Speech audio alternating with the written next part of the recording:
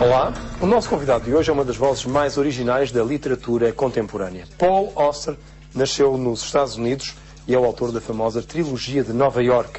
É romancista, poeta, tradutor e cineasta. Apesar de ser americano, tem uma forte ligação à Europa, onde viveu intermitentemente. Eu vim conversar com Paulo Auster aqui à sua casa em Nova York. Hi, Paul. Hello. Would you agree if I say that you are the most European of all American contemporary novelists? I have no opinion about this.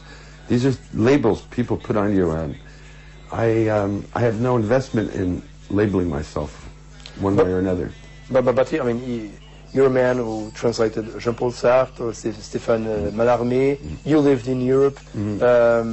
What is the main difference you find between American literature and European literature? Well, if we're just talking about the novel, I think American novels tend to be more sociological in their approach, sociological, historical. Many writers aspire to describe things as they are at any particular moment in the society, whereas I think many European novels tend to be more reflective, less grounded in the day-to-day realities of life. But this is very general, and I could give you things to contradict this statement as well. But which way you prefer? I just do what I do, and I think of my work as just a kind of storytelling that is not really connected to being a novelist so much as a storyteller. And I'm always dealing with American subjects.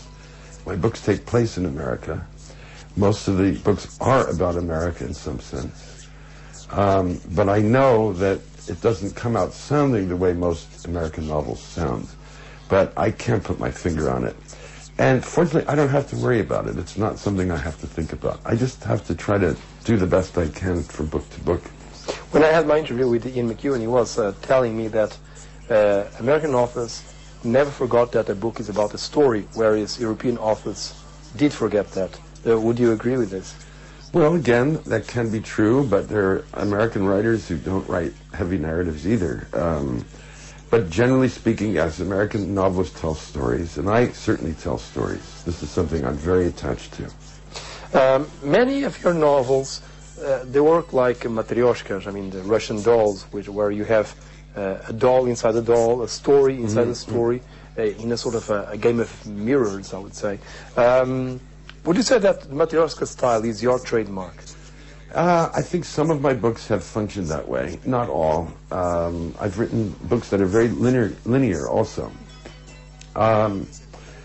It's not a philosophical or aesthetic decision. It's something that comes up out of necessity. In order to tell the story in the way I want to tell it, sometimes I have to tell several stories simultaneously. I think of it more as collage, more than this Russian doll thing you're talking about. And collage is a very interesting art because you have several images in a frame, and often there's space between the separate images. And if it's a good collage, there's an energy created in those spaces between the things. And then I think sometimes my novels generate, I hope that's the idea anyway, more energy because there are several things going on at once. I think some of the stories wouldn't be interesting just on their own as novels, but when they're in the context of some bigger story, I think they become more interesting. I have to say, I wouldn't necessarily agree with your stories having collage. It seems really that you have a story inside the story, in the sense that you create a character who's writing a book about a character who eventually knocks at the door of the author, which is called Paulo Auster. This is a really story inside the story. There is no collage here. Well, that's a mirror City of Glass from the New York trilogy, my very first novel. There aren't a lot of stories going on. It's just that the author, me, winds up as a character in the book. Yeah.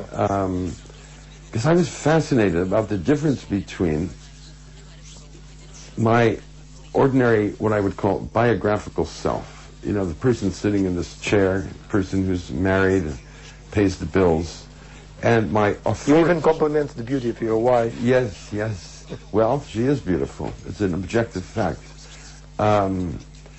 With the authorial self, the person who puts his name on the cover of a book, you pick up War and Peace, and it says Leo Tolstoy on the cover. And you start reading. Well, who's talking to you? Is it Leo Tolstoy?